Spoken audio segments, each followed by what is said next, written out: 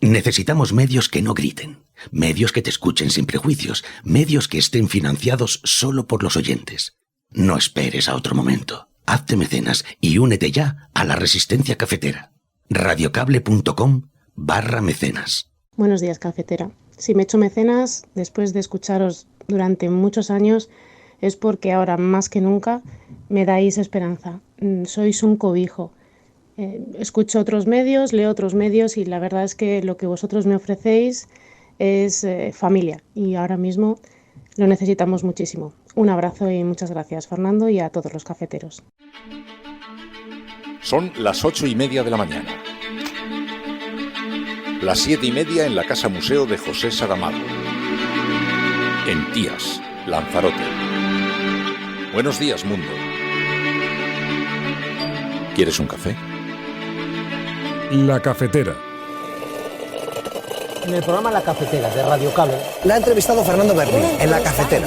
Durante 20 minutos en Radio Cable y dice todo lo que van a escuchar. Esta mañana en La Cafetera de Radio Cable. Radio Cable, que ha conseguido una auténtica primicia, ha entrevistado esta mañana y ha conseguido situar esa entrevista y lo que le ha dicho en los titulares de todos los...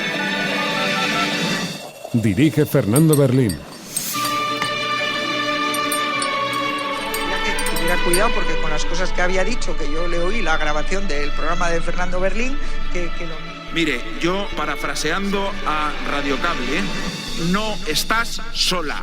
Hombre, la verdad es que yo no sé el don de la oportunidad que tiene, pero después de lo que acabamos de ver en Extremadura, pues sinceramente, en fin, hay que la palabra tiene que valer un poco, ¿no? Sobre todo eso, con muy pocas horas de diferencia. En Extremadura, pues quien ha ganado es Guillermo Fernández Vara, y quien ha quedado un segundo es la candidata del PP. Entonces, ¿no merece gobernar la candidata del PP? ¿Y por qué han hecho ese pacto, que además es, en mi opinión, de los más graves que hay con Vox? Porque ese pacto contiene el negacionismo absoluto ante el cambio climático. Fuera permisos, fuera red natura, fuera agua sin control. O sea, muy preocupante, muy grave. Cuando estamos viviendo, es que la emergencia climática es el tema fundamental. Lo vamos a ver esta semana que viene con la ola de calor, lo estamos viendo con los fenómenos que se están produciendo. Hoy leía realmente muy preocupado lo que está pasando en Uruguay. Es impresionante. En Uruguay, que se están quedando sin agua, no tienen agua potable. Estamos viendo una emergencia y ahora llega la alternativa teórica de las derechas en España. Abrazan el negacionismo. Sánchez prometió a los ciudadanos traer a Puigdemont y juzgarlo. Y ahora resulta que Puigdemont nos descubre que lo que le prometió es indultarlo. Entre juzgarlo e indultarlo vuelve otra vez la mentira sanchista a las calles de Cataluña y a las calles de España. No es de recibo que nos mientan tanto. La realidad es muy tozuda y es la que es. La Junta de Castilla y León, el Partido Popular y Vox han creado unas oficinas para un problema que no existe en Castilla y León. Y esto no lo digo yo, lo dicen los datos. En un mes y medio de funcionamiento, únicamente 34 consultas, 7 de ellas presenciales. Dende a Coruña falando para toda España que non vos creades o relato, que non van gañar as eleccións, que imos gañar as eleccións, que imos a ir a votar en masa para gañar as eleccións. Digo dende a Coruña que toda a xente deste país salga a votar, que o faga con esperanza, que movilice a todo o mundo, que vaya dende a praia, que vote por correo. Votade, votade, votade. Os voy a hacer un spoiler. Vamos a ganar las elecciones el 23 de julio y el 24 España seguirá siendo gobernada por el Partido Socialista. Vamos a ganar las elecciones. Vamos a ser la primera fuerza política en España. Y vamos a ganar. Vamos a ganar por los trabajadores y trabajadoras. Vamos a ganar por los pensionistas. Vamos a ganar por la cultura, por las mujeres, por los jóvenes. Vamos a ganar por aquellos que quieren convivir, por aquellos que quieren respetar. Vamos a ganar, compañeros y compañeras, para que España avance 4 años más, y van a perder aquellos que lo único que proponen es retroceder a nuestro país.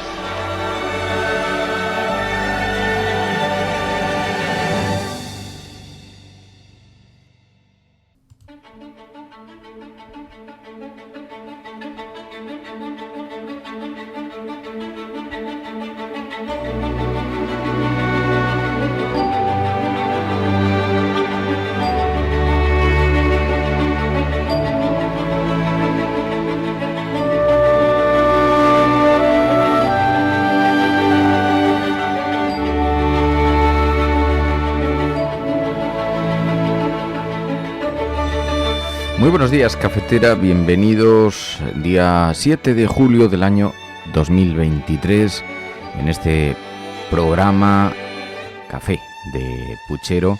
Ya sabéis que los viernes, en este formato diferente al de la semana, diferente al habitual, tratamos de recopilar algunas de las noticias que han tenido lugar a lo largo de la semana en la vida de la cafetera. Intentamos analizar la actualidad, también desde la perspectiva internacional, cómo se ve a España desde otros países. Intentamos hablar de series, de videojuegos, bueno, preparándonos para el fin de semana. En un fin de semana en el que la campaña electoral protagoniza toda la actualidad política. Es, como os podéis imaginar, el epicentro en todas las noticias. El Partido Popular se vuelca en la España que retorna al bipartidismo, dice esta mañana el periódico ABC en su portada, mientras vemos en el periódico El País: la derecha inicia la campaña con ventaja pero sin llegar a la mayoría, dice el periódico El País, mientras el Constitucional tumba la norma que da prioridad a la euskera en los ayuntamientos, dice El Correo.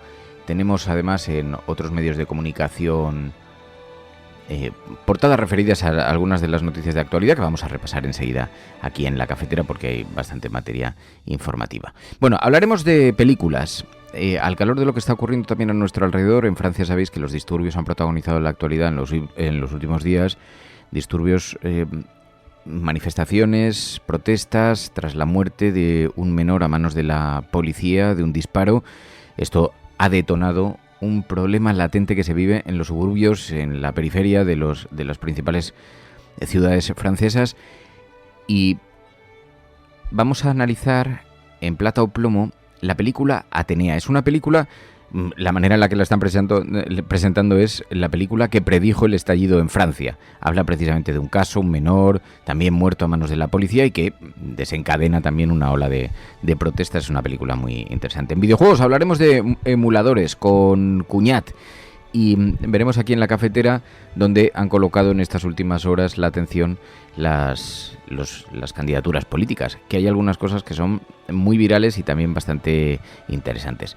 Así que bienvenidos a la cafetera, bienvenidos a nuestro café de Puchero, para que cuando os despertéis, os levantéis por la mañana, tengáis preparada esa taza de café cocinada a fuego lento en unos viernes que el hecho de tener que ir a la tele hace que tenga que dejar grabado parte del contenido de la cafetera el día anterior, así que parte de los contenidos los hemos trabajado con mucho mimo y con mucho cariño. Sentaos para disfrutar, que esto es la cafetera. Si lo estás escuchando, no estás sola.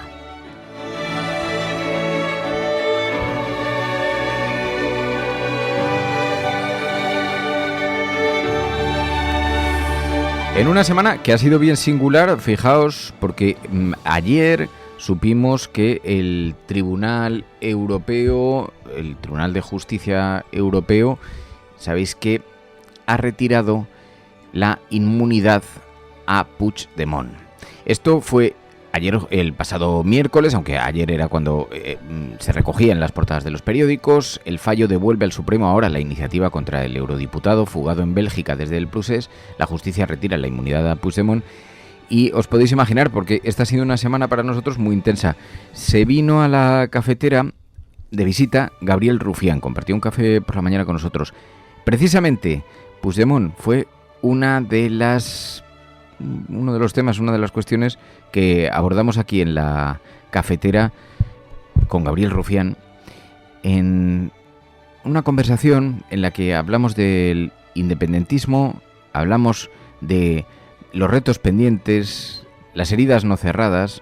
Decía Gabriel Rufián que, pese a lo que se ha dicho siempre, su relación con Puigdemont era muy pequeña, no era muy importante. Lo conozco poco, lo conocí cuando precisamente yo estaba en Súmate y él era el presidente del AMI, que es una plataforma de dijéramos, ayuntamientos a favor del derecho de que Cataluña sea independiente. Ahí sí que hablábamos un poco más, teníamos buena relación, era desconocido, yo también. Y luego, a raíz de que fue presidente, me parece que nunca hablamos, y luego desde que está en el exilio una vez hemos hablado. O sea, no lo conozco personalmente. Y más allá de las filias y fobias de cada uno, más allá de las críticas que nos podamos hacer entre nosotros, guste más o guste menos, al final es un señor que ganó unas elecciones y no le permitieron gobernar su país simplemente porque hubo quien apretó un botón y se cargó la autonomía catalana. Punto. A partir de ahí, acabo. Creo que como demócrata tú tienes que intentar sustraerte de todo lo demás, que yo entiendo que pesa, pero esto se tiene que decir, se tiene que reivindicar, se tiene que recordar. Ahora, evidentemente, él representa un espacio político diferente al nuestro, que tenemos un fin común, que genera los pactos que hemos tenido, contradicciones, como también genera contradicciones los pactos que tiene Unidas Podemos y el PSOE. O sea, al final, pero repito, es el futuro de la política, el pacto entre diferentes. Eso decía Gabriel Rufián aquí en La Cafetera. Os cuento esto porque además de que los viernes hacemos un pequeño repaso también a cómo ha sido la semana, pero es que en la actualidad ha situado también, ha girado hacia Puigdemont, hacia el independentismo, parte de la campaña electoral. Resulta que Puigdemont, desde el exterior, ha dicho que enviados del gobierno socialista le ofrecieron un pequeño paso por la cárcel a cambio de un indulto. Esto ha hecho que la derecha coja este elemento y lo introduzca en campaña. Núñez Feijóo dice: Sánchez mintió.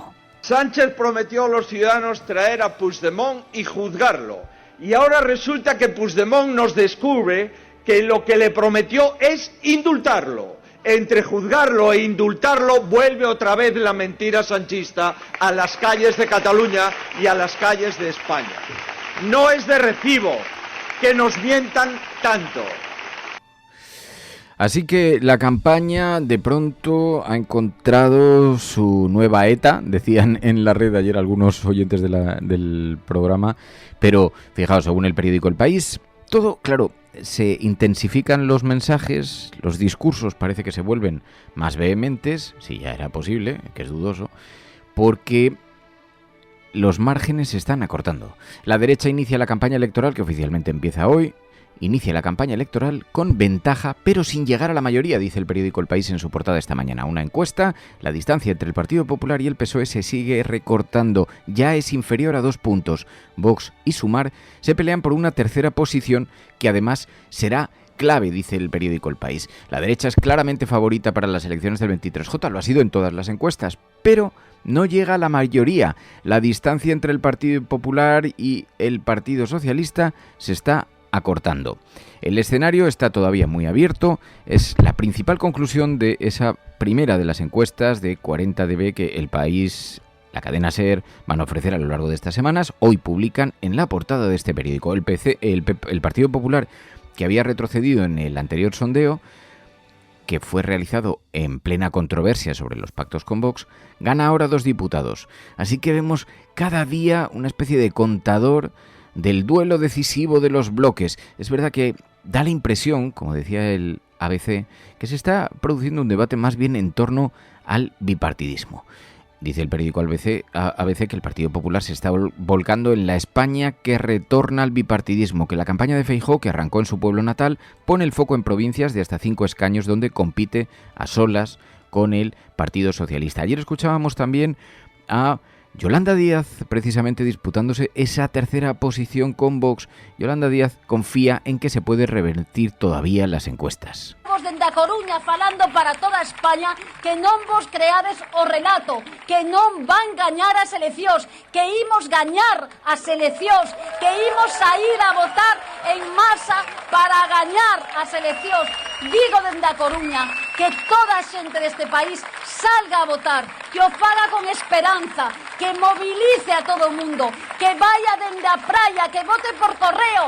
Votade, votade, votade. Saíde a votar o 23 de xullo, saíde a votar, porque xa cambiou todo, porque xa hai ventos de remontada, e eu pídovos, soplade, soplade, soplade esos ventos de remontada, soplade ata enterralos no mar. Saíamos a votar o 23 de xullo soplando o vento da remontada para decir que gañaremos un país mellor, un país a favor da xente. Adiante, a votar e a votar. A votar, a votar y a votar, cada uno se acerca al terreno allí donde se siente más cómodo. Escuchábamos desde Galicia a Yolanda Díaz salir a votar es importante. ¿Cree que se pueden recuperar el terreno perdido? De momento las promesas electorales se están sucediendo. Desde Sumar se han inclinado por hacer una campaña propositiva llena de propuestas electorales, de promesas electorales, y también lo estamos escuchando en un Partido Socialista. Fijaos, si ayer era Sumar quien proponía reducir las listas de espera, es ahora el Partido Socialista quien habla de una iniciativa similar. El compromiso es que en la próxima legislatura una de las primeras leyes que vamos a aprobar es una ley de tiempos de atención máximos, para que no sea más de 120 días lo que dure la espera a una intervención quirúrgica, para que no sean más de 60 días, como mucho 60 días, lo que representan las consultas externas especializadas, que no sean más de 30 días las pruebas complementarias y que no sean más de 15 días la atención a salud mental de los menores de 21 años. Eso decía Pedro Sánchez. Propuestas, promesas.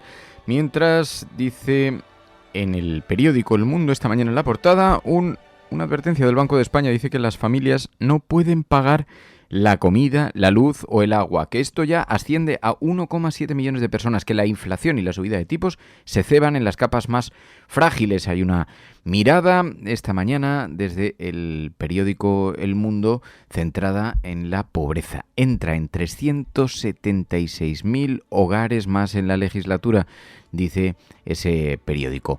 Y mientras, en lo que se refiere a la campaña electoral, el PSOE afirma que aún hay partido y el PP pide luchar cada territorio. Anoche dio comienzo la campaña electoral. Esas 2 semanas en las que oficialmente se puede pedir el voto a los españoles de forma ya explícita. Bueno, vivimos en una permanente campaña electoral, solo que en esas 2 semanas pues se concentran un montón de actos, aunque en esta ocasión lo que vemos es que se ha sustituido los grandes mítines por la presencia en los medios de comunicación, por la presencia en las televisiones, en las radios, en los podcasts. Bueno, será la primera que se celebra en pleno verano por decisión de Pedro Sánchez, cuyo partido están tratando de transmitir a sus votantes que todavía se puede hacer algo. Ayer, es más, Pedro Sánchez decía, os voy a dar un spoiler, se pueden ganar las elecciones. Os voy a hacer un spoiler. Vamos a ganar las elecciones el 23 de julio y el 24 España seguirá siendo gobernada por el Partido Socialista.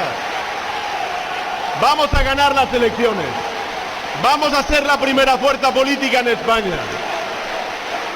Y vamos a ganar por los trabajadores y trabajadoras. Vamos a ganar por los pensionistas. Vamos a ganar por la cultura, por las mujeres, por los jóvenes. Vamos a ganar por aquellos que quieren convivir, por aquellos que quieren respetar. Vamos a ganar, compañeros y compañeras, para que España avance 4 años más, y van a perder aquellos que lo único que proponen es retroceder a nuestro país. Y mientras tanto, el Partido Popular intenta enmascarar sus pactos con la extrema derecha. A esta hora, lo que sabemos es que tienen dificultades para cerrar un pacto en Murcia, lo cual le viene muy bien precisamente para decirlo, veis, no cedemos en el todo.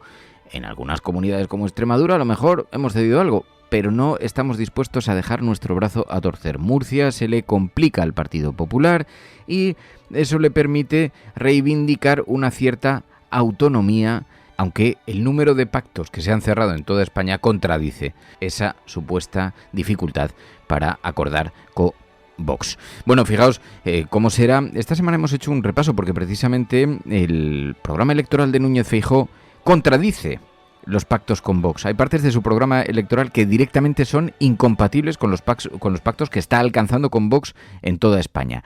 Intenta que pasemos página, intenta que ya no se hable de esto, que ya no se centre en esto, pero es el gran elefante que va a tener el Partido Popular y la derecha en la habitación.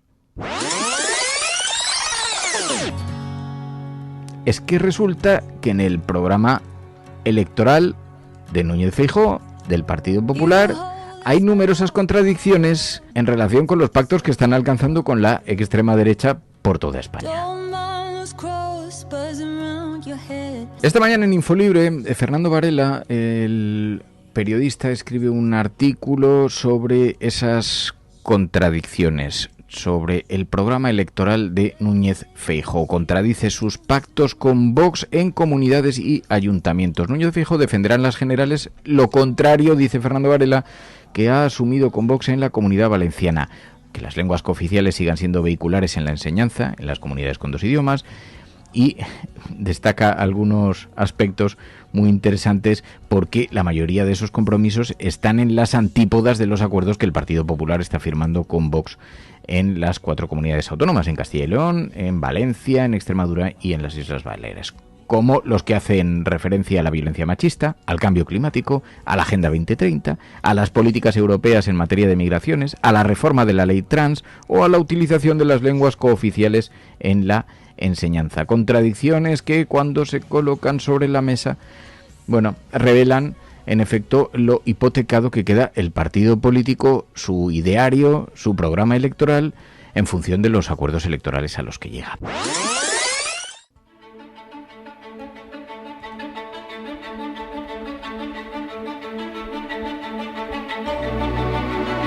Así que los pactos, las contradicciones de un partido popular que de forma muy contradictoria está cerrando esos acuerdos con una formación política que le está imponiendo cuestiones que incluso colisionan directamente con las propuestas que está haciendo públicamente durante esta campaña. Bueno, vemos en las portadas de los periódicos el asunto electoral.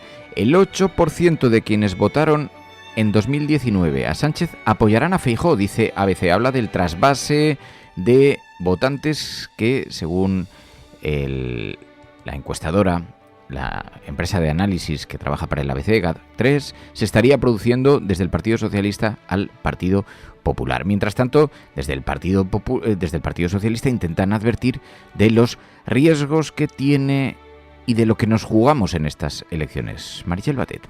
Compañeros y compañeras, en definitiva, lo que yo os quería trasladar es que efectivamente en estas elecciones nos jugamos mucho.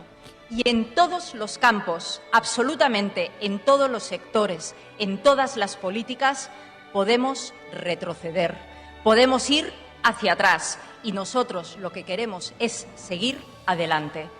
Y solo hay una opción para ir adelante y es continuar teniendo un gobierno presidido por Pedro Sánchez.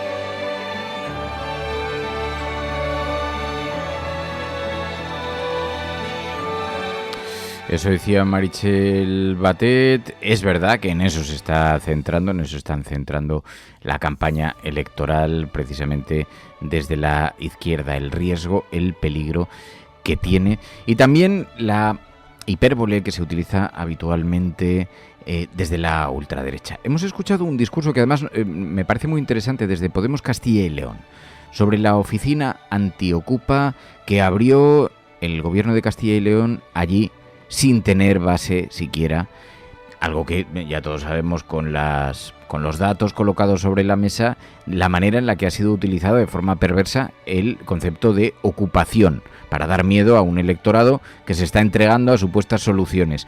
Fijaos cómo desmonta todo esto el representante de Podemos en Castilla y León sobre la oficina anti-ocupa. La realidad es muy tozuda y es la que es. La Junta de Castilla y León, el Partido Popular y Vox han creado unas oficinas para un problema que no existe en Castilla y León. Y esto no lo digo yo, lo dicen los datos. En un mes y medio de funcionamiento, únicamente 34 consultas, 7 de ellas presenciales. Y en cuanto a lo que decía la directora general, yo les voy a dar 2 datos. Castilla y León es la comunidad de toda España en la que más tardan en emanciparse los jóvenes. Únicamente el 14,7% de los jóvenes menores de 30 años pueden emanciparse y esto es principalmente debido a los problemas que tienen para acceder a una vivienda. Y el segundo dato, Castilla y León es la 4ª comunidad autónoma de toda España en la que más ha incrementado el precio del alquiler, un 5,3%. Pues bien, pese a que el gobierno de España ha hecho una ley que una de las cosas que permite es regular el precio del alquiler, el Partido Popular y Vox en Castilla y León no quieren aplicar la ley de vivienda.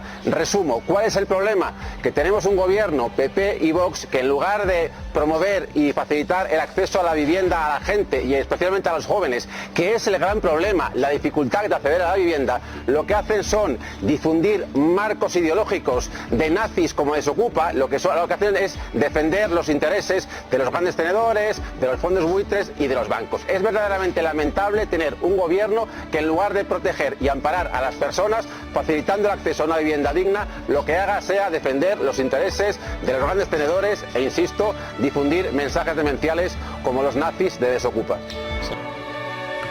Así que las contradicciones de unas propuestas supuestamente para ayudar contra la ocupación, que en realidad están poniendo en manos del discurso más extremista todas estas soluciones. Fijaos, es que está ocurriendo algo que todos sois muy conscientes, que además hemos analizado en la cafetera en varias ocasiones, la manera en la que se está transformando parte de la sociedad, la manera en la que se está polarizando. Decía Gabriel Rufián cuando vino aquí a la cafetera, cuando vino aquí al programa, se está viviendo un proceso de derechización también en la gente más joven. Yo tengo la sensación personal que nos hemos matado a currar durante 4 años pensándonos que esto la gente lo premiaba, le llegaba y tal. Y yo llego a mi casa y de repente los que han ganado es los de que te vote chapote, la España que madruga, solo queda Vox y a cambio de res, que es lo que nos dicen en Cataluña, ¿no? Entonces, creo que es terriblemente injusto, como la política a veces es injusta y no somos los primeros que nos pasa. O sea, Anguita siempre tuvo razón y no ganó nunca. O sea, no somos los primeros ni seremos los últimos. Pero creo que es una reflexión a hacer. O sea, tenemos que estar mucho más presentes en los medios de comunicación e intentar cambiar también el circuito mediático que hay en este país. Y en Cataluña también, en muchos momentos. Pero creo que la movilización será mayor de lo que pensamos. Siempre ha pasado a las generales. Creo que el hecho de que salgamos en tromba a desmentir según qué cosas puede llegar a ayudar. También creo que está de moda ser facha, sobre todo entre la gente joven. Yo lo vivo diariamente. En el Congreso hay muchas visitas de colegios y entonces te puedes encontrar, te puedes encontrar gente, evidentemente, chavalas maravillosos que tienen una conciencia social brutal, pero también hay gente chavales que te gritan Viva Franco o Etarra o cosas así, ¿no? Es verdad que tenemos un problema, como decía Gabriel Rufián, y precisamente ayer jueves Pedro Sánchez señalaba esto, alertaba de los peligros, de los riesgos, decía España es mejor que Vox, que el Partido Popular. De llamar filoetarra al partido que venció a ETA desde el gobierno. De llamar golpista al partido que contribuyó a consolidar la democracia en nuestro país. España es mucho mejor que el Partido Popular y que Vox, y por eso les vamos a ganar el próximo 23 de julio. Mucho mejor. Ya habéis visto en qué se resume la propuesta electoral del Partido Popular y de Vox. En derogar, en derogar y en derogar. La nuestra la tenéis ahí. En avanzar y en avanzar. Adelante, compañeros, a ganar el 23 de julio. Así que, campaña electoral, el inicio. Bueno, en lo que se refiere a la actualidad, ahora veréis porque también hay muchos asuntos que esta mañana copan las portadas, especialmente de los periódicos regionales, pero en Aragón ha habido unas inundaciones, una tromba de agua que desató el caos, el pánico, una fuerte tormenta sobre las 6 de la tarde que colapsó Zaragoza, provocó escenas dramáticas. Hoy es portada en el Heraldo de Aragón, porque nos ha dejado unas imágenes que son verdaderamente espeluznantes.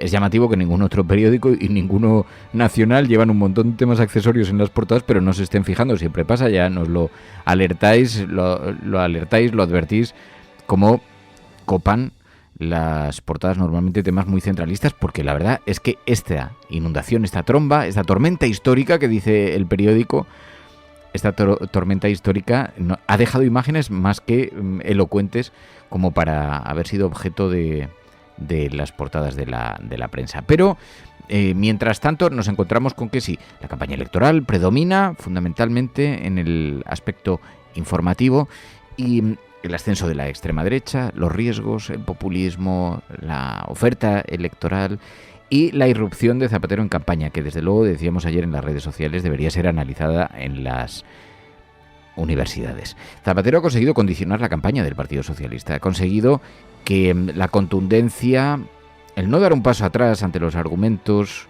ante las fake news, se haya convertido en el epicentro del debate.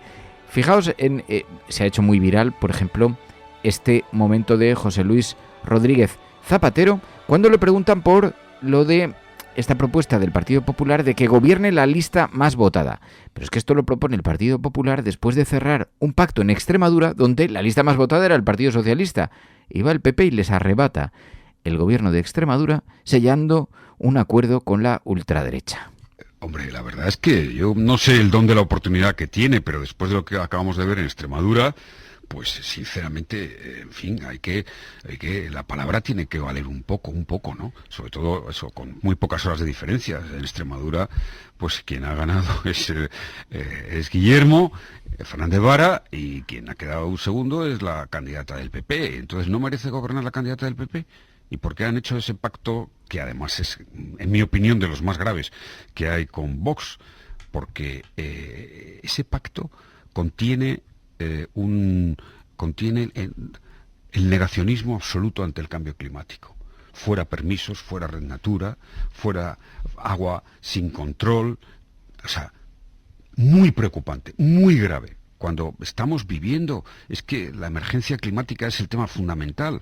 Lo vamos a ver esta semana que viene con la ola de calor, lo estamos viendo con los fenómenos que se están produciendo. Hoy leía realmente muy preocupado lo que está pasando en Uruguay. Es impresionante. En Uruguay, que se están quedando sin agua, no tienen agua potable. Estamos viendo una emergencia y ahora llega la alternativa teórica de las derechas en España, abrazan el negacionismo para que no haya ningún control de ningún tipo, ninguna medida restrictiva. Es realmente impresionante. Así que sí, se abraza el negacionismo climático. Hemos visto una tromba de agua, de pronto en estas últimas 24 horas, que nos recuerdan lo interdependientes que somos con los efectos climáticos, con este nuevo paradigma que se está dando en el tiempo. Viene una ola de calor, como decía el expresidente José Luis Rodríguez Zapatero, que nos recuerda cada día los grandes cambios que se están produciendo y al efecto que tiene la mano del hombre sobre el mismo. Bueno, esto en las portadas de los periódicos, como os decía, las imágenes que nos deja la lluvia torrencial en Aragón son espeluznantes, son extraordinarias. En el Heraldo de Aragón vemos una mujer subida en el techo de su automóvil en el barrio Parque Venecia de Zaragoza, donde la lluvia convirtió ese tercer cinturón en un mar de agua que arrastró decenas de vehículos a su paso. Sobre uno de ellos, los bomberos rescataron a una mujer que estaba agarrada al techo de su coche. La imagen es, como digo, absolutamente espeluznante, una riada de agua que tiene completamente cubierto el coche y una mujer de rodillas sobre el techo del mismo para evitar ser arrastrada por la corriente. Ha habido gente que ha tenido que agarrarse a los árboles, el agua llevaba muchísima fuerza. La fuerte tormenta, que comenzó sobre las 6 de la tarde, colapsó Zaragoza, provocó escenas dramáticas. Los bomberos tuvieron que rescatar a varias personas, donde el agua arrastró decenas de vehículos. La lluvia causó en la ciudad numerosos problemas de tráfico, inundó casas, comercios. El temporal recorría la Provencia y el norte de Teruel, destrozando a su paso viñas, olivos y frutales. Las lluvias torrenciales, las tormentas cada vez más severas, los cambios en el clima cada vez más impredecibles y con unos efectos más contundentes frente a quienes siguen negando el impacto del cambio climático.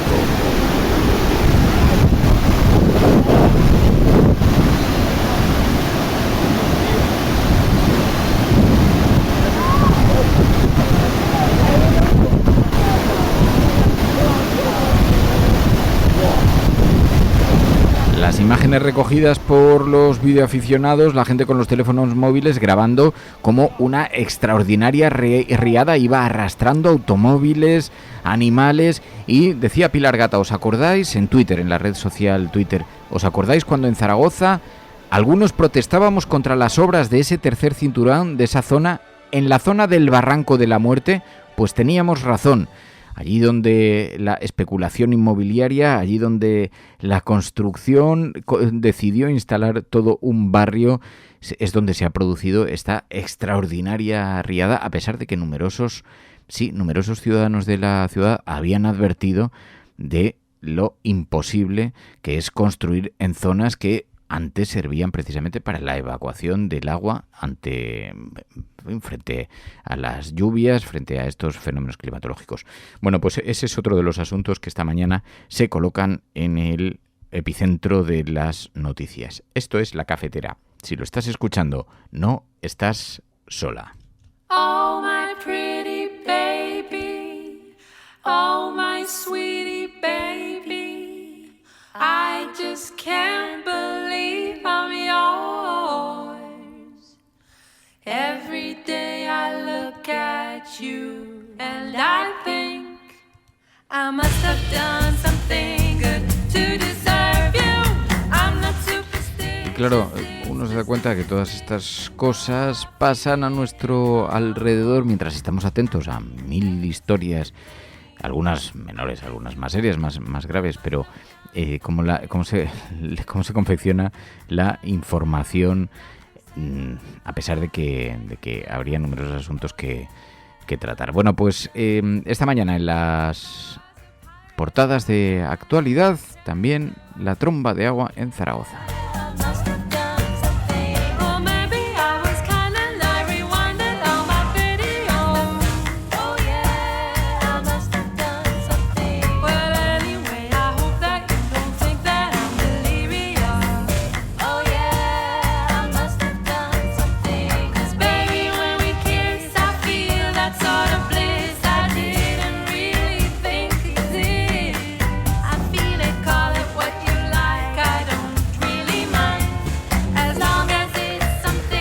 No, y otro de los asuntos que ha estado presente esta semana que hemos analizado aquí en La Cafetera, la censura en la cultura. Ha habido una campaña lanzada por numerosos miembros del colectivo cultural en nuestro país, protestando precisamente por la censura, las suspensiones de obras, incluso los intentos de impedir la proyección de películas en algunos ayuntamientos, en algunos lugares gobernados por la derecha y la extrema derecha, para hacer frente a esa injerencia sobre la cultura, sobre la expresión. Precisamente un grupo de artistas lanzaron una iniciativa que se llamaba Stop Censura, con un montón de artículos de periódicos, recogiendo un montón de artículos de periódicos de todas aquellas obras censuradas en las últimas semanas. Es uno de los efectos del acuerdo del Partido Popular con Vox. Hablábamos precisamente de esto esta semana aquí en La Cafetera con Emilio Silva, porque precisamente hay una obra de teatro que el Partido Popular ha censurado en Burgos. Narraba la historia de un maestro republicano fusilado y las autoridades han decidido que no se puede representar. Así que le preguntábamos a Emilio Silva por esto en La Cafetera. Es una declaración de un ayuntamiento que está diciendo más o menos que este hombre debería haber seguido en la cuneta en la que estaba, por lo menos en la cuneta de la historia de ese pueblo donde él, en Briviesca, él era muy activo, escribía en una publicación local, ¿no? Entonces, bueno, esto es un maltrato que además hay que arañarlo en la historia de este país a los enseñantes, ¿no? Que han sido maltratados durante décadas. Y esto debería preocuparnos. Yo ayer estaba consultando si existe alguna posibilidad judicial de denunciar la censura. La libertad de expresión figura en nuestra Constitución, pero no puede ser que alguien bueno, pues cometa un delito, porque una censura es un delito, ¿no? Y salga impune de esto. Y además esto es más grave porque los que están haciendo esto en muchos ayuntamientos han llegado para estar 4 años.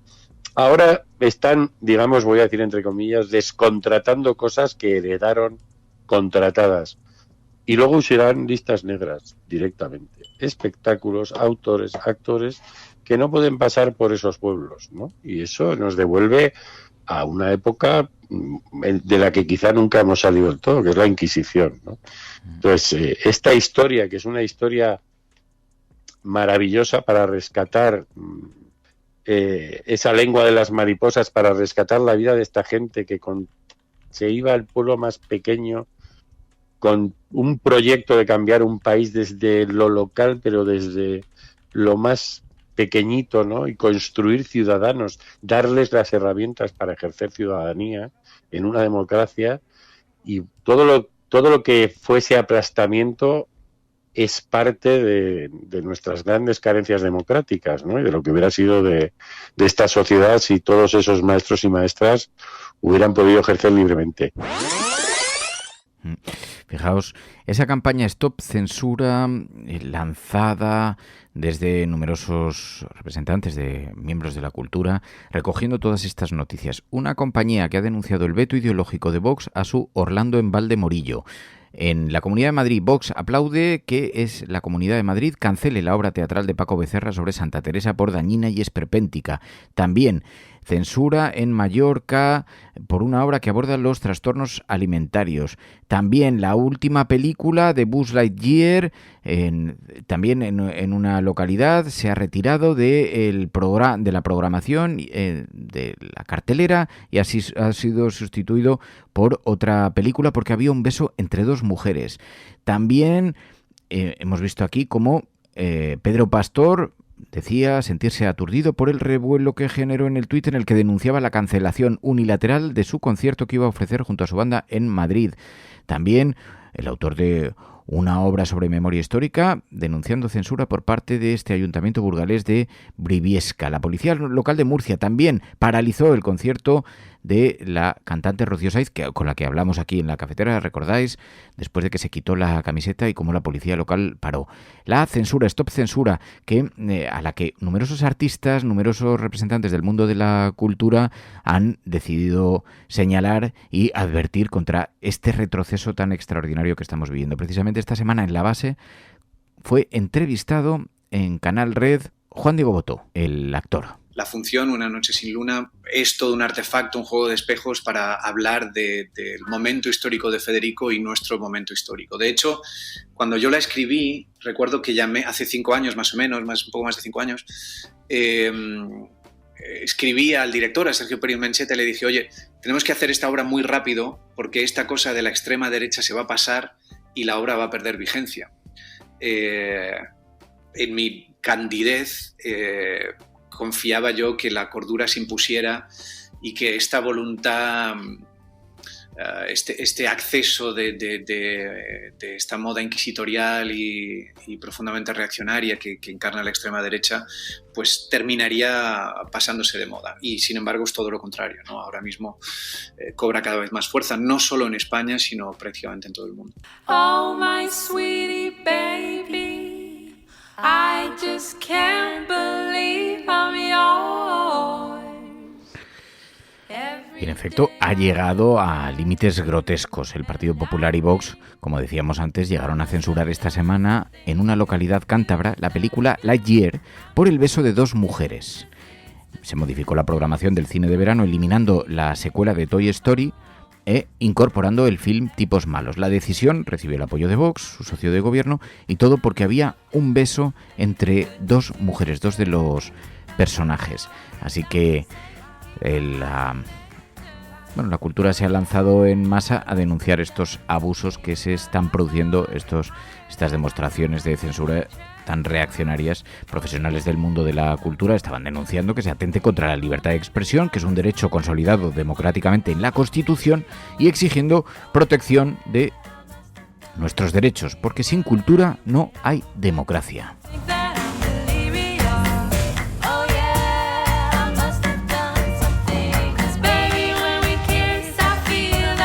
También ha sido censurado precisamente el Orlando de Virginia Woolf, y hemos escuchado a la secretaria de Estado de Igualdad y contra la Violencia de Género, Ángela Rodríguez Pam, pronunciándose sobre este asunto.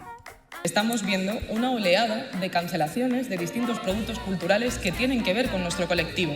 En nuestro país se iba a hacer una representación de El Orlando de Virginia Woolf, que probablemente conoceréis. Desde luego, a día de hoy se pueda permitir que se prohíba la reproducción de Orlando en el año 2023 en una democracia como la nuestra es francamente preocupante.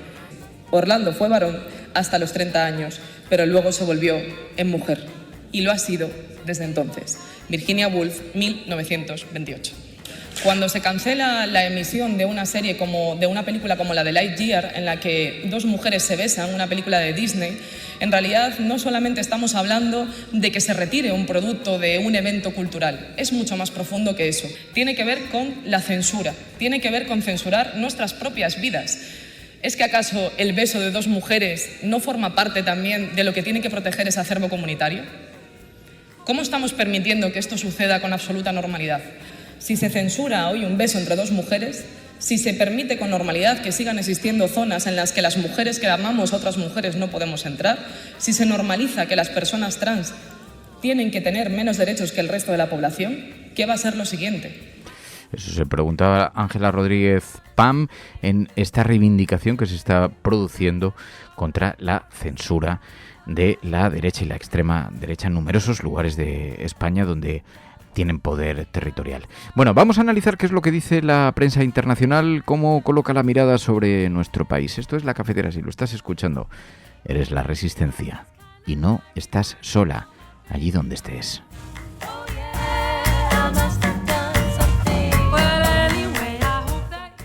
Programas de radio, de televisión en España, la prensa burlándose de nuestra propuesta. Podrán decir todos los periódicos del mundo lo que quieran. Que a democracia vai ganhar. En España, el ex vicepresidente del gobierno... En España finaliza el recuento de votos en los comicios municipales y autonómicos con una participación del 64%. Rodrigo Rato is under investigation. Dejaré lo mejor de mí, para poder estar a la altura de la confianza que ustedes me han entregado. No olvidamos justicia, verdad, respeto. Seguimos. Bueno, pues ya sabéis que aquí en La Cafetera abrimos cada semana un capítulo para hablar de la información internacional desde una perspectiva diferente. ¿Cómo nos ve el resto del mundo? ¿Cómo ve a España? ¿Cómo se observa a nuestro país a través de los ojos de los corresponsales internacionales y qué imagen de este país proyectan en el exterior? Con Pilar de la Peña. Pilar de la Peña, buenos días. Hola, buenos días. Oye, esta semana la precampaña electoral ha tenido mucho impacto aquí en la actualidad en España. ¿Qué tal lo recogen medios de comunicación internacionales? Pues la verdad es que hay algunos asuntos que sí les han llamado la atención. Es verdad que las elecciones, estas elecciones ya lo hemos comentado, sí que se siguen de forma muy intensa en la prensa internacional. Además, la perspectiva de que haya cambio de gobierno y de que bueno que Pedro Sánchez pierda el poder, pues es algo que se destaca. Pero me ha llamado la atención dos asuntos, ¿no? Primero, que esta propuesta de Yolanda Díaz, de la que debatimos, hicimos un debate con la audiencia aquí en La Cafetera sobre esta herencia universal que propone esta propuesta de dar 20.000 euros a los jóvenes desde los 18 años, parece que se desembolsaría a partir de los 23, pero en esa horquilla de edad, pues ha llamado la atención de algunos medios, en concreto de varios medios británicos, ¿no? The Guardian o The Times, que son dos de los diarios más importantes de Reino Unido, pues han dedicado artículos y han detallado un poquito lo que esta propuesta, ¿no? The Guardian ha sido más sensible o ha destacado un poquito el espíritu de esta propuesta y explicaba un poquito en qué consistía, cómo la estaba defendiendo y cómo se estaba argumentando desde Sumar. The Times era ligeramente más crítico, o por lo menos destacaba las acusaciones de irresponsabilidad que había recibido Yolanda Díaz después de presentar su propuesta, pero había sido suficientemente llamativa pues para provocar que al menos estos dos medios británicos se hicieran cargo o se hicieran eco de ella y le dedicaran sendos reportajes. Esto es destacado por la prensa prensa internacional.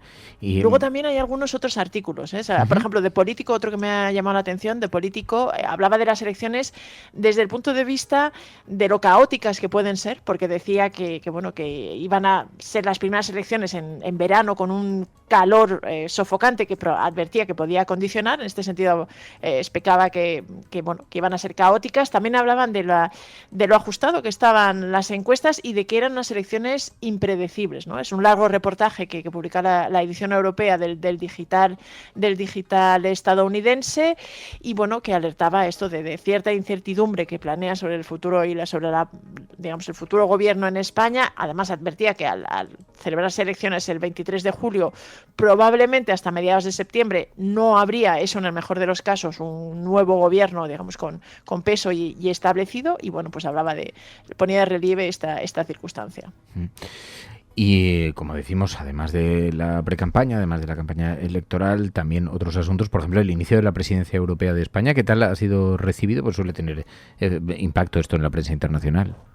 Pues ha tenido mucho impacto en los medios internacionales. También, como te decía, el hecho de las elecciones, el hecho de que se vayan a celebrar elecciones generales en España, aunque no es la primera vez que sucede, ha habido otros precedentes de países que ejercían esta presidencia rotatoria de la Unión Europea que también han vivido elecciones, como Francia o incluso Polonia también tuvo, incluso había algún cambio de gobierno, o Bélgica, que la ejerció sin tener un gobierno, sin tener un gobierno conformado, era un gobierno en funciones. Este es uno de los asuntos que más llama la atención y que más destacan numerosos medios europeos, ¿no? También, pues ya te digo, que se han hecho eco del inicio de la presidencia europea, medios de todas partes. ABC News, por ejemplo, la televisión estadounidense, también le dedicaba un artículo, de Chevele, de Político, en fin, hasta periódicos de Canadá, de buena parte del mundo lo han destacado.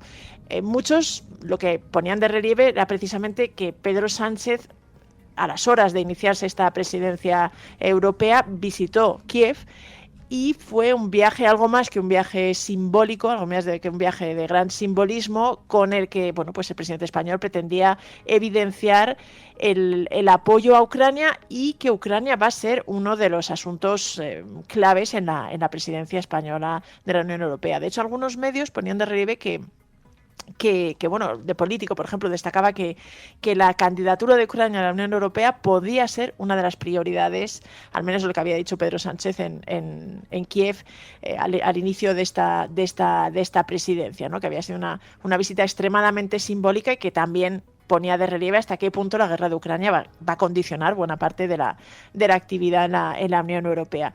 Y luego otros medios, sobre todo varios franceses, Le Monde o por ejemplo West France, otro medio francés, pues ponían de relieve la posición de cierta fragilidad que tenía Pedro Sánchez por motivo de las elecciones. Le Monde, por ejemplo, decía que tenía un poco el futuro en suspenso, ¿no? O en vilo, según lo que diriman las urnas del 23 de julio, y que esta presidencia, sobre la que había muchas expectativas, porque buena parte de los medios internacionales que se hacen eco de esto destacan que se espera que pueda haber acuerdos importantes en migración, en reglas del déficit, incluso de reformar el mercado eléctrico, es decir, hay ciertas expectativas de que sí dé frutos en varios asuntos, pero advertían de que podía verse condicionada por las elecciones y por la posibilidad de que Pedro Sánchez, que había sido una figura de bastante peso en Bruselas en estos últimos 4 años, pues pudiera tener que abandonar el poder. Y sobre la decisión del Tribunal de Justicia Europeo sobre la inmunidad de Puigdemont,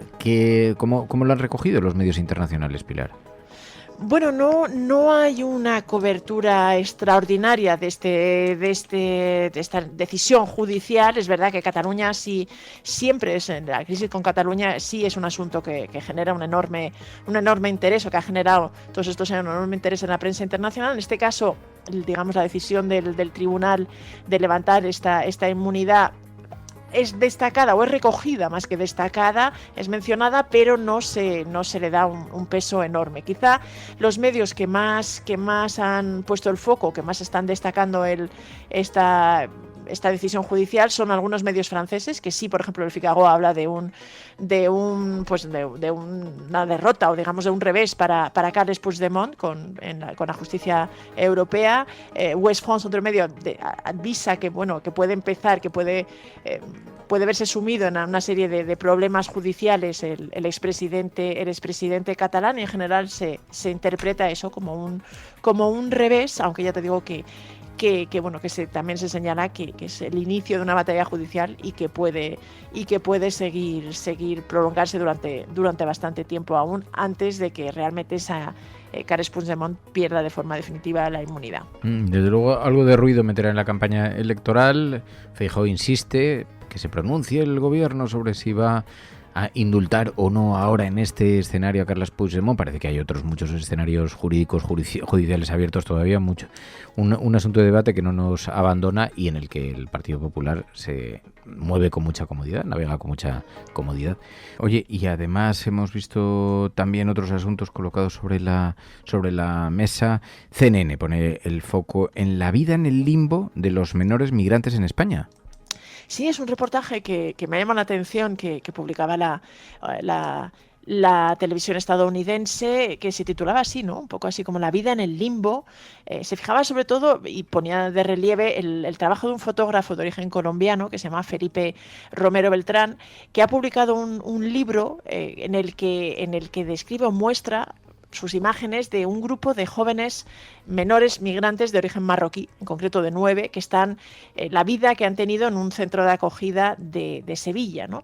Y intenta Él explica que el motivo, digamos, la intención que tenía cuando empezó con este trabajo era mostrar el lado humano, pero ha terminado siendo un trabajo hasta cierto punto político, porque lo que se evidencia y lo que se intenta pues un poco denunciar es que en España existe un sistema que el propio fotógrafo habla de kafkiano, una burocracia que atrapa a muchos de estos menores migrantes que llegan a suelo español, que les atrapa en estos centros de residencia donde tienen que esperar a veces durante varios años pues que se resuelvan sus expedientes de residencia, ¿no? Y entonces destaca un poco cómo están y cómo es la vida de estos jóvenes que están en estas instituciones, pues en concreto de gran, dice, que mezcla el aburrimiento con cierto malestar y que pues en muchos casos pues les obliga a vivir en el limbo durante varios años, ¿no? Es un reportaje fotográfico que ha sido publicado en un libro y que la CNN destaca en uno de sus reportajes, en el que pues se ponen se cuestiona un poquito, o se deja, no sale demasiado bien parado el sistema de acogido de menores inmigrantes aquí en España, que han sido luego tan utilizados por algunos partidos para sus campañas, aunque pese a todo el reportaje termina destacando que la mayoría de los 9 menores que posan o que están en las fotografías de este artista terminaron consiguiendo la residencia y han podido empezar a desarrollar sus vidas en España. Pues con estos asuntos vemos también como, por ejemplo, se fijan en otras cuestiones. La protesta climática que ha taponado hoyos de campo de golf por toda España. Esto ha tenido bastante difusión, ¿no? Casi más en la prensa internacional que en la prensa nacional, porque realmente esta protesta que ha llevado a cabo Extinction Rebellion, este colectivo, realmente ha sido recogida por The Guardian, Der Spiegel, Le Figaro, la propia CNN, Die Welt, en fin, Sky News, muchísimos medios por todas, incluso el Hindustan Times, un diario indio, pues se hacían eco de esta acción, ¿no? De esta acción de protesta tan simbólica, porque las imágenes de como pues varios hoyos de golf en distintos campos, de hasta 10 campos por toda España, fueron rellenados o taponados, bien unos cuantos con cemento y otros con tierras y semillas o alguna planta, como para evidenciar o para denunciar lo que estaba pasando con los campos de golf en España, ¿no? Entonces esto sirve, esta acción pues sirve para que se fijen y describan un poquito la situación que tiene España. En concreto, pues se hacen eco de las denuncias de los colectivos ecologistas que hablan de cómo los campos de golf en España, para su mantenimiento, requieren un consumo de agua equivalente al que consumen las poblaciones de Madrid y Barcelona juntas, ¿no? Y se hacen eco y se destaca que los ecologistas cuestionan que se pueda permitir el país, después de la sequía tan tremenda que está atravesando y tan severa que está atravesando tanto España como Europa en estos últimos meses, pues que realmente no se plantea este foco y se señale esto, ¿no? En este sentido, pues la protesta ha servido para que se ponga el foco desde fuera. Yo te digo que en España he visto algo de repercusión, pero casi menos que lo que ha tenido en los medios internacionales, y bueno, pues como una manera de denunciar el consumo excesivo que podrían tener los campos de golf de agua en un momento tan crítico. Oye, y una gran noticia para los que nos declaramos absolutamente fans de la película En los márgenes de Juan Diego Botto, donde además nuestra Olga Rodríguez está de guionista, pero esta película, que es una extraordinaria película de denuncia, se estrena en Francia, y la prensa francesa además habla de forma bastante interesante de este estreno. Pues sí, la verdad es que ha tenido bastante impacto. Hay numerosos medios que lo están destacando. Incluso han entrevistado TF1, una de las cadenas francesas, ha entrevistado al propio Juan Diego Botto, explicando que, denunciando un poco la situación en España de los desahucios. Muchos medios franceses hablan de un thriller social, ¿no? Describen la película sobre un thriller social, pero destacan eso, que es una película que generó un cierto despertar en España sobre el problema de la vivienda. Retrató realmente la situación implacable a la que se enfrentan numerosas personas un poco en los márgenes, y ponen de relieve este trabajo y esta película española que ha llegado, se estrena ahora en Francia, y que ha llamado la atención, ya te digo, de Le Figaro, La Croix, Libération, TF1, numerosos medios muy, muy importantes en Francia que lo están destacando y lo están recomendando. Bueno, pues son las noticias explicadas, la imagen de España proyectada a través de la prensa internacional. Pilar de la Peña, gracias. Gracias a la Resistencia siempre.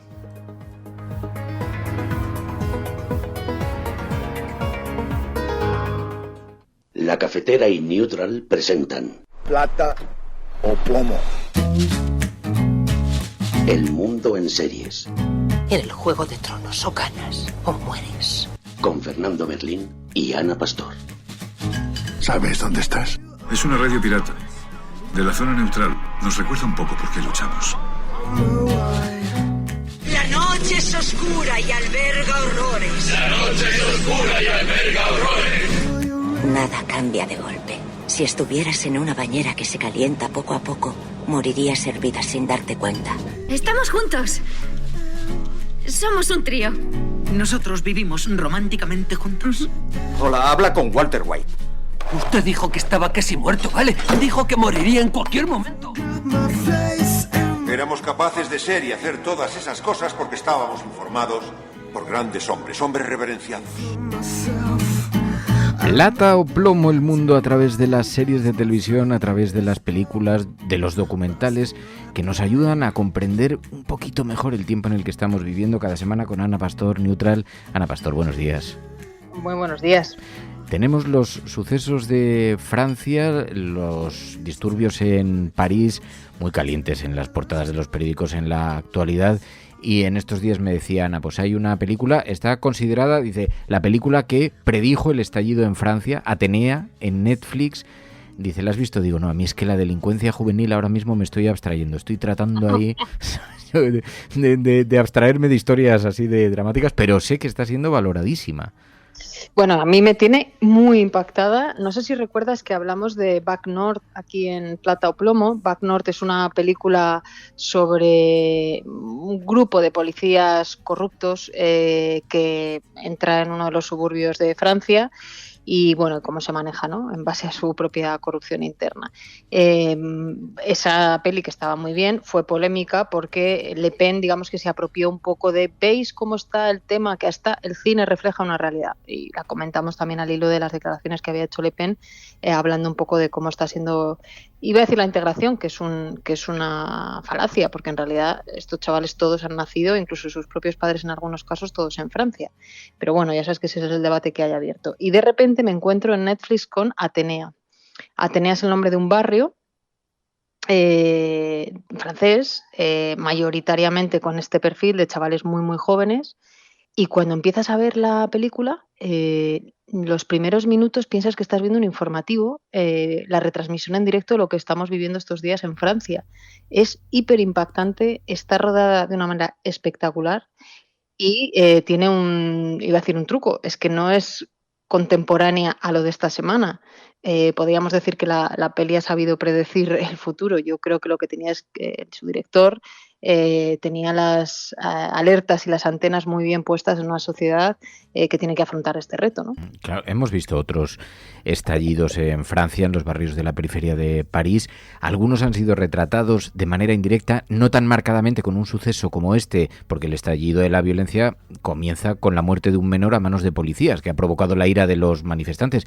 Esto es lo que ocurre precisamente en esta película, ¿no?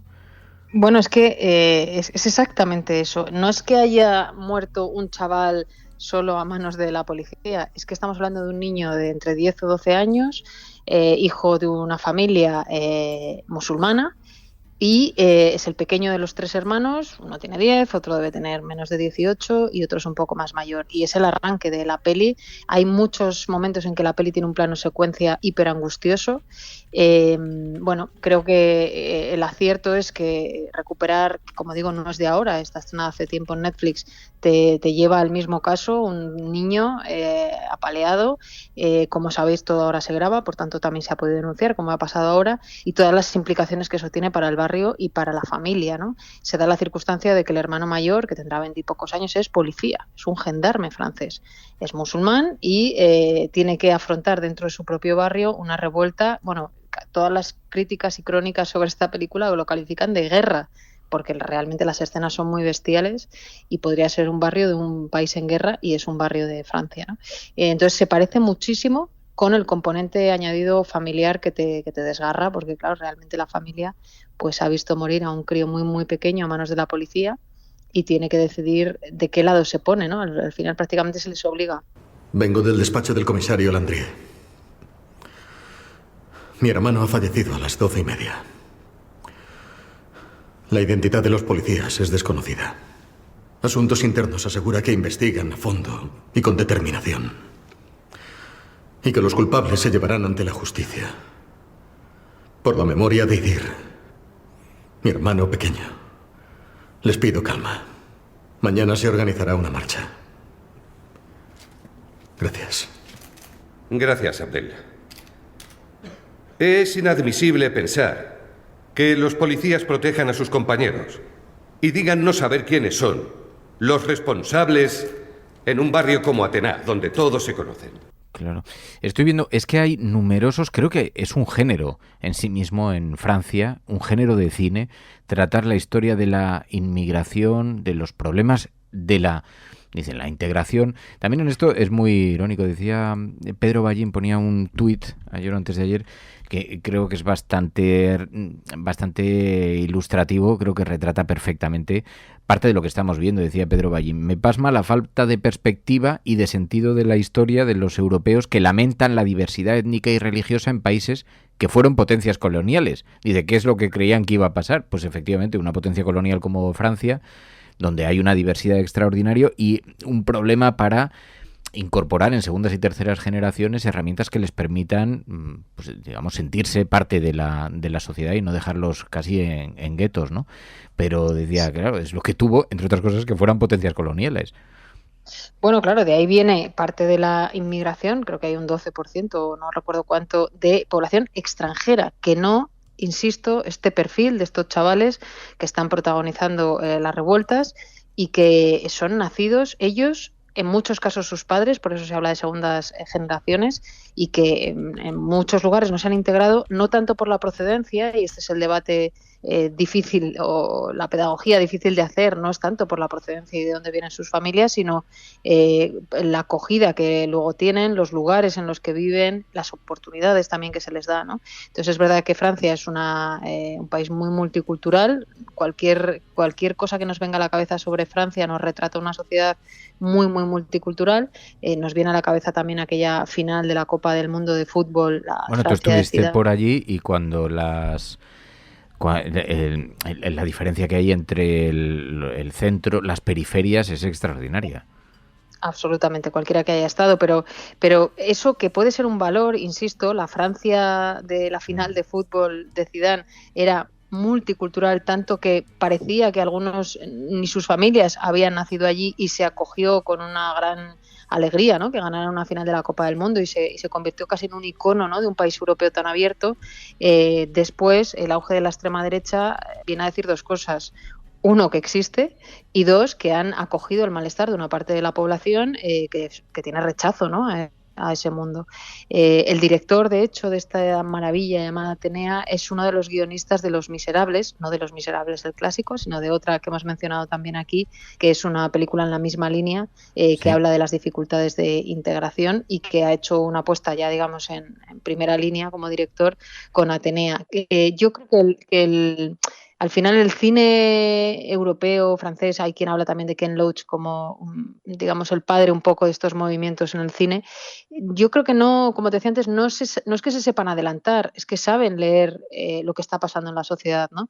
Y es mucho más contemporáneo. Por ejemplo, aquí cuando se hizo Patria, la apuesta de Aitor Gabilondo, todos decíamos, ¿cómo es posible que hasta ahora no se haya hecho de esta manera? Y además estaba basada en el libro de Aramburu, ¿no? O sea, creo que a veces nos cuesta mucho más a nosotros hacer apuestas contemporáneas, tardamos muchos más años en hacer lecturas de lo que nos pasa como país que en otros lugares como Francia, que ya estamos viendo que hay un montón. Hemos dicho Bac Nord, hemos dicho Los Miserables, Odio en su día, ¿no?, que también fue muy precursora de este movimiento.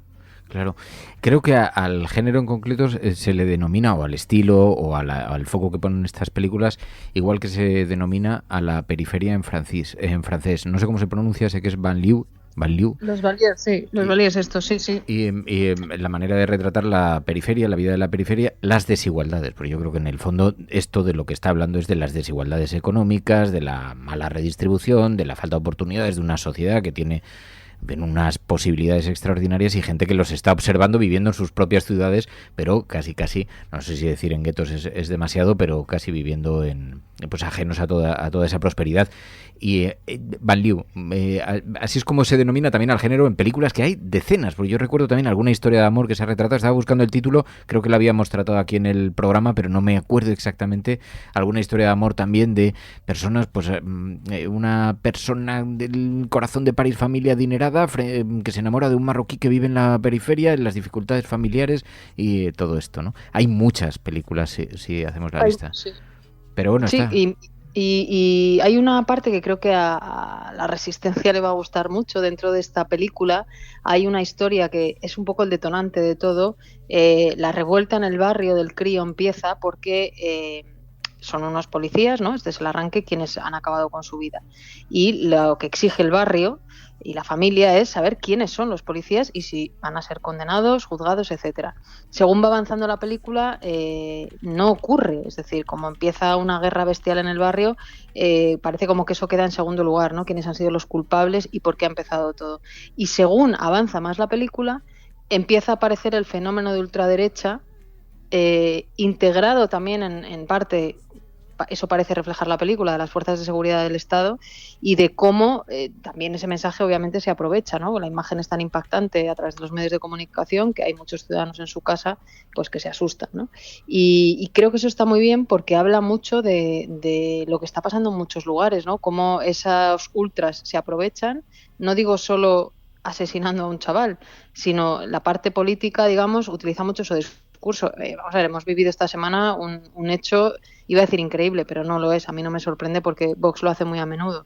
El otro día se produjo un asesinato terrible y condenable en Tirso de Molina, una señora que tenía una tienda, entró un hombre y la mató y rápidamente corrió el bulo de que ese asesino, el presunto asesino, era magrebí.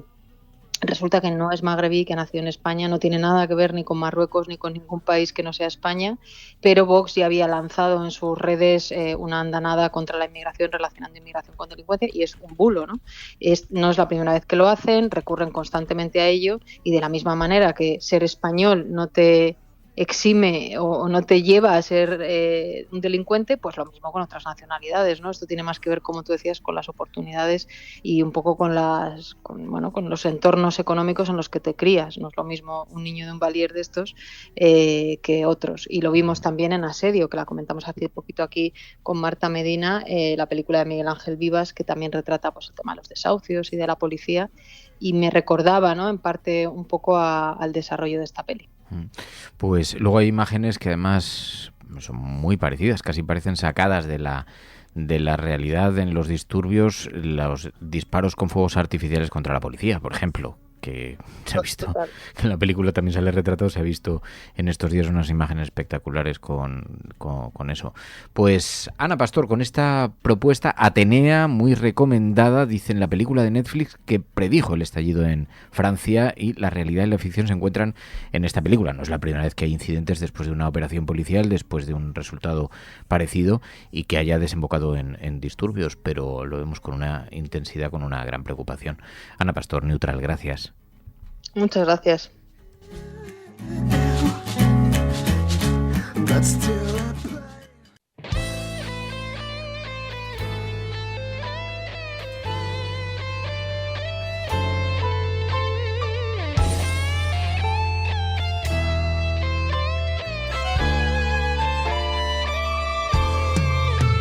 Peggy 18. Que me gusta a mí cómo queda el Peggy 18, no es que vayamos a hablar de nada que requiera de una edad, quizá algo más de conocimiento técnico puede ser. José Manuel Cuñat, muy buenos días. Hola, buenos días. Claro, generalmente los viernes hablamos de videojuegos en la cafetera, pero hay muchas maneras de abordar los videojuegos, se pueden mirar desde muchas perspectivas, y hay algo de lo que no habíamos hablado nunca, que me decía José Manuel Cuñat, me parece que es interesante, que es algo que podemos, pero quizá para un público un poquito más especializado, que son los emuladores, los programas informáticos que lo que permiten es ejecutar, por ejemplo, programas o videojuegos en una plataforma diferente a la que fueron escritos originalmente. Por ejemplo, un emulador de Commodore 64. Muchos de vosotros habréis tenido un Commodore 64 en la juventud o en la infancia, y entonces ahora se puede hacer que videojuegos diseñados para un Commodore 64 se puedan ejecutar en un PC, por ejemplo, ¿no? ¿Esto sería una definición más o menos, José Manuel? Sí, exactamente. Sí, un poco la idea es esa.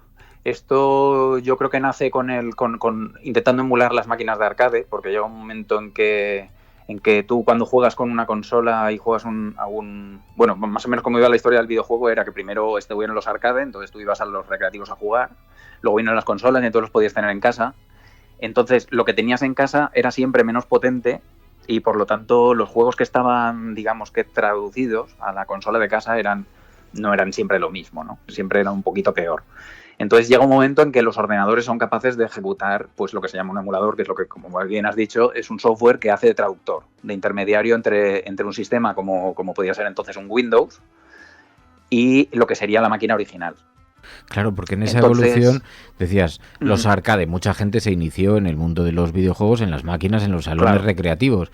Cuando aparecen las consolas, te lo llevas a casa directamente al salón, pero es verdad que no tenían la calidad de los juegos recreativos, que eran máquinas enteras dedicadas a eso, a un solo juego. Exacto. Y luego aparecen los ordenadores, los microordenadores, y luego los PC. Sí, un poco. Exacto. Sí, un poco está la parte nostálgica esa de volver a jugar a los arcade. Entonces, cuando los PCs empiezan a ser ya algo común y las consolas las tiene todo el mundo en casa, pues digamos que hay una generación que echa de menos el arcade, porque el arcade desapareció gracias a eso, a que como todos teníamos los videojuegos en casa, pues para qué ibas a echar monedas. Entonces, toda esa generación que quiere volver, pues acaban desarrollando el primero de todos, que yo creo que es el más conocido, que es el MAME, que es un poco un emulador de múltiples arcades. Entonces, ahí puedes jugar a cualquier máquina de entonces con un ordenador. De hecho, con un ordenador antiguo, porque estamos hablando del año 2000, que creo recordar que es cuando yo empecé a jugar con esto. El MAME sería uno de los primeros emuladores. Sí, yo creo que sí. Que podías instalar a lo mejor en Windows, en aquellos primeros, en aquellos PC incluso del año 2000, y podías jugar a máquinas recreativas de los títulos más populares. Exactamente. ¿No? Un poco lo que había que conseguir, la segunda parte es que tienes que conseguir los juegos. Entonces los juegos van en un archivo comprimido que se llama ROM, que básicamente son el ejecutable binario que iría en la máquina, que en ese caso iba en una memoria, en un chip, vaya, ese chip se leía y se metía dentro de un archivo, y entonces ese archivo te lo descargabas de internet. Por eso digo también que es sobre el año 2000, que es cuando, digamos que como internet está ya más... Algo más popularizado. Bueno, es más común, sí, exacto. Claro. Entonces los puedes encontrar, ¿no? Entonces puedes descargarte una máquina y probarla en tu emulador, y entonces en tu ordenador estás jugando a la máquina real. Entonces, el problema siguiente sería que los controles, pues estás jugando con un teclado, ¿no? Entonces, yo ahí lo que hice fue hacerme mi propio arcade. Entonces, tú te podías construir un mueble, había foros en los que la gente, pues, hacía esas cosas. Wow. Entonces, con un mueble, una tele y unas palancas de verdad y un ordenador, entonces tenías otra vez recuperabas ese encanto de los arcades. ¿Y tú te llegaste a hacer un mueble simulando a una máquina recreativa? Exacto, sí, de hecho lo tengo en la academia y los chiquillos se lo pasan bomba con él, o sea, wow. Es algo que ahora se ha vuelto a poner de moda. De hecho yo los he visto por ahí, los venden, ahora los venden hechos y con el ya preparados y todo, o sea, ya ponértelo en casa y ponerte a jugar. Pero en aquel entonces, digamos que los frikis como yo, pues lo hacíamos, entrábamos en foros y en los foros pues te explicaban un poco, pues ponle esto, pues ponle lo otro, y entonces con eso construías uno de esos, y entonces jugabas otra vez a lo que era. Yo ahora los he visto incluso en hamburgueserías, tienen ahí puesto una máquina que puedes jugar a cualquier arcade. Claro, porque entonces, es que en realidad ahora puedes meter un montón de videojuegos arcade, un montón de estos videojuegos en apenas el tamaño de un teléfono móvil, mucho más pequeño. Yo he visto incluso que los venden en algunas tiendas de ropa, que lo conectas al televisor, es un mandito del tamaño de un reloj y tienes ahí 150 juegos de la época. Exacto. Sí, un poco es eso, son todas las ROMs estas metidas dentro de nada, porque entonces no ocupaban nada. Entonces, claro, en cualquier cosa de ahora entran 200.000 juegos. Claro. Además con unos números aberrantes. Claro. Entonces digamos que después de ese, que sería el MAME, que es así como el padre de los emuladores, diría yo, luego vienen la siguiente generación, quiere emular las consolas antiguas. O sea, tú tienes una consola, pasas digamos de las Nintendo de 8 bits, luego pasas a las 16, a las 32 bits, acabas con una Play y entonces dices, ay, cuando yo jugaba a la Nintendo, ¿no? Entonces empieza a haber emuladores de consolas antiguas. Entonces estos emuladores hay un montón, pero bueno, yo he seleccionado unos cuantos, como el RetroArch y el Launchbox. Dejaré los enlaces todos en el Discord, ¿vale? Entonces estos son ejecutables bajo cualquier sistema operativo, como Windows, Linux, MacOS, el que tengas. Incluso el RetroArch, por ejemplo, se lo puedes poner incluso a consolas antiguas. A una PS2 se lo puedes poner para emular a consolas más antiguas, como una NES o una Sega Game Gear o una Game Boy o ese tipo de máquinas, ¿no? Entonces, eso lo puedes poner con una Wii vieja, una PS2 o una PS3, con cualquiera de esas, puedes emular a cosas anteriores. Y con cualquier ordenador de hoy.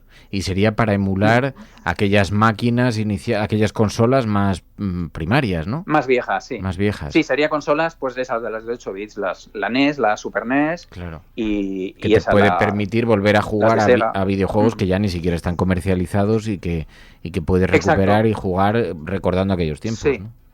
Correcto, con el mismo sistema. O sea, básicamente te bajas los archivos con una ROM, que básicamente es un archivo ejecutable, tú lo tiras ahí en la carpeta de ellos, porque ahora tienen un interfaz muy currado y tal, es muy fácil, y con eso se pone a funcionar y listo.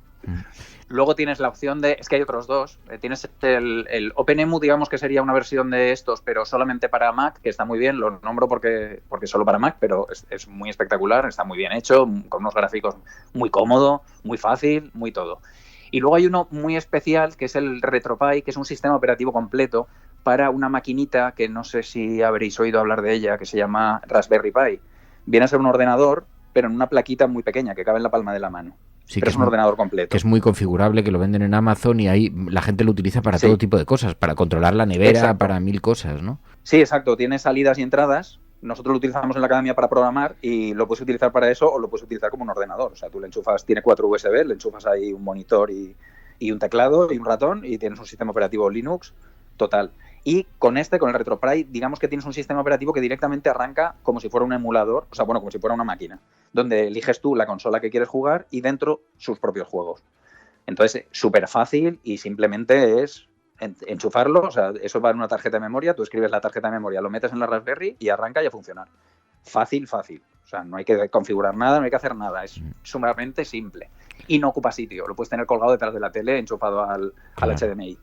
¿Y el OpenEMU, que he visto que también lo ponías? ¿OpenEMU? Sí, el OpenEMU es el que te digo que es solo para macOS. O sea, para ordenadores de Apple. Pero bueno, es multiplataforma. Vamos a lo gordo, a lo gordo, a lo importante. El Commodore 64... Vale, después de esto vendrían los microordenadores, que es el que tú me comentabas. El Vice, ese es el que emula todos los tipos de Commodore que se te ocurran. Desde el PET, que era aquel que era viejuno del todo, que es una cosa muy rara de ver, hasta el Commodore 64, Amiga, el que quieras. En cualquier sistema operativo que tengas. Lo puedes ejecutar en Windows, lo puedes ejecutar en Linux, en cualquier cosa lo puedes ejecutar. Sin ningún problema. Y entonces tú lo abres y tienes ahí la consola, pues como te salía aquel, la pantallita azul con el comando BASIC para que tú escribas ahí. Total. Y luego le puedes meter ahí, pues eso, lo que quieras. Entonces, igual, otra vez. Entiendo que lo que tienes que descargarte es un archivo del emulador, que sería como el sistema operativo, el programa que te da acceso a eso, y luego los archivos de los videojuegos que quieras. Uno con muchos o por separado, ¿no? Sí, normalmente van por separado. Luego hay gente que hace packs, porque todo esto hay que recordar que, bueno, entra dentro de la cosa de si es ilegal, no es ilegal, si es piratería, si no. Claro. Pero no hay una forma de ejecutar esos juegos, incluso aunque los tengas originales, de una forma fácil. Claro. Si no tienes una máquina. Y las máquinas, pues normalmente, quitando que yo tengo alguna antigua, no es muy normal que nadie pueda jugar con esas máquinas. Hombre, yo creo que ya por casa no tengo ni siquiera un cassette de Commodore 64, pero no me imagino ahora conectando un radiocassette al ordenador para intentar ejecutar desde allí una cinta cassette y tardar 1 hora en intentar que se cargue y luego a ver qué pasa. Exacto, y luego si va... Ya de ingeniero, sí. Porque luego hay mucho ingeniero de la nostalgia que se dedica a recuperar, no ya equipos antiguos y tal, sino que hace transiciones entre equipos modernos y antiguos y hacen un montón de cosas, ¿no? Sí, también lo hay. De hecho, las BIOS de este tipo de cosas, de los microordenadores, de las cintas y tal, lo que hacen es conectarlas a un ordenador de hoy y las graban. O sea, sacan los ceros y unos, pues si es una cinta y la tienen que reproducir entera, capturarla y luego convertirla a un formato que lea el emulador. Claro. O sea, básicamente es lo mismo. ¿Y qué es el Retro Virtual Machine? Vale, ese es muy interesante. Ese está desarrollado en Alicante por un tipo de Alicante. Es gratuito también como todos los demás. Y este es un emulador de Amstrad y de Spectrum. Que funciona también en todas las plataformas. Pero este es una pasada. Este es el que lo utilizo mucho porque yo tuve un CPC. De hecho lo tengo, un Amstrad CPC.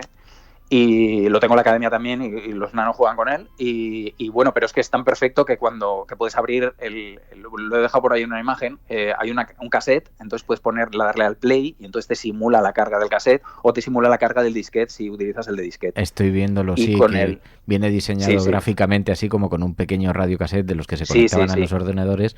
Exacto, y además puedes elegir el tipo de monitor, si lo quieres color o verde, le puedes poner el scanline, que son las rayas estas que más o menos se aprecian en un monitor antiguo. Entonces es una pasada, te lo imita que alucinas. Y puedes jugar a todos los juegos, claro. Exactamente igual, te bajas las ROMs y puedes jugar a los juegos de antes. Y luego ya saltaríamos... Y este es multiplataforma también, lo puedes ejecutar en lo que quieras. Vale. Y saltaríamos después al PC, ¿no? Exacto, luego con el PC dices, si ahora tenemos PCs, ¿cuál es el problema del PC? Pues el problema es que no puedes ejecutar en un PC de hoy con un Windows 10 o con un Windows 7 un juego que estaba hecho para MS2.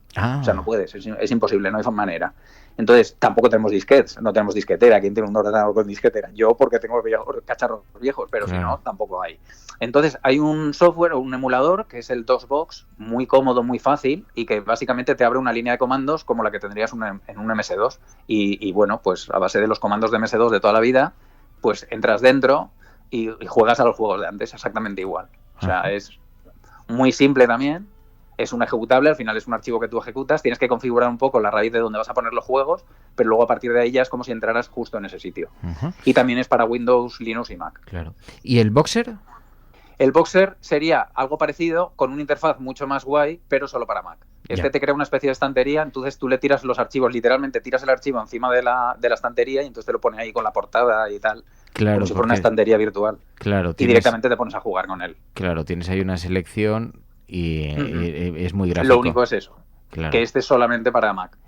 Pero hay otros, va muy bien también. y luego hay otras cosas que me decías, que no son exactamente emuladores, el SCUM. Exacto.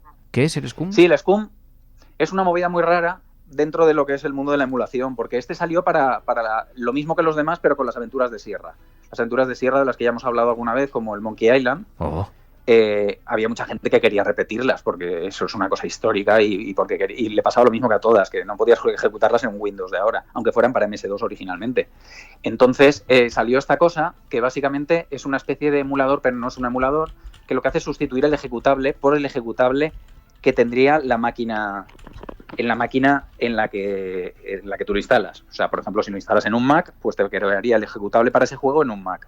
Y a partir de ahí lanza todos los archivos originales del juego. O O sea, en realidad solo sustituye lo que sería el exe, para que nos entendamos Windows, pues lo que sería el archivo exe. Está para todas las plataformas que te puedas imaginar también, incluyendo la Switch, o sea, la Nintendo Switch de antes de ayer, pues para esa también está. Consolas PSP, la Play, en fin, en cualquier cacharro lo puedes ejecutar, teniendo la aventura original de Lucas. Luego lo han ido aprendiendo, empezó con Lucas, con todas las de Lucas, el de Tentáculo, en fin, todas. Claro. Y luego pasaron las de Sierra y las de todos los demás. Ahora digamos que es multiaventura gráfica. Claro. Porque cada una tenían un motor, siempre utilizaban el mismo motor gráfico y luego cambiaban los archivos. Entonces, aprovechando eso, pues básicamente lo que hacían era compilar crear un ejecutable del motor para la máquina que sea. Claro, son y juegos... ya está, y tira de los archivos originales. Esto es muy para nostálgicos. Estoy viendo ahora unas imágenes del Dr. Livingstone, supongo. Claro, son gráficos muy primarios, muy antiguos. Casi... Claro, toda la emulación es para eso. Claro. Es para frikis de la antigüedad, para la nostalgia y para que le puedas enseñar. Por otro lado, el tema de la nostalgia, aparte de que uno se regodee en sus tiempos jóvenes, es para que puedas compartirlo con la familia. No sé, yo comparto con mi hija, hemos jugado al Monkey Island y nos hemos pasado horas dándole al Monkey Island y al Día del Tentáculo. Bueno, y además con uno de estos. Entonces, son juegos que permiten, y que permiten ver las raíces del videojuego, cómo se configuraban. Exacto. Y algunos no solamente son muy jugables, eran realmente muy adictivos. Tenían una mecánica de juego muy bien ideada, ¿no? Y luego, vamos, la prueba está en que muchos de ellos evolucionaron y son títulos ahora que siguen manteniendo la esencia de las historias. Sí. Incluso juegos hiper antiguos como pueden ser el Bubble Bubble de arcade. Esos, los críos tendrías que ver a críos de 8 años enganchados a ese juego. Ahora enganchadísimos. Eran unos recreativos. Claro. Sí, como cualquier otro juego de hoy. Claro. Que dices, no hace falta jugar a un juego del Fortnite o cualquiera de hoy en día, sino que les metes ahí un arcade de toda la vida de ir echando monedas y los nanos se lo pasan bomba. Claro, absolutamente. Oye, pues muy interesante los emuladores. Uh-huh. José Manuel Cuñat, gracias de corazón, muchísimas gracias. Muy bien, gracias a vosotros. Un abrazo.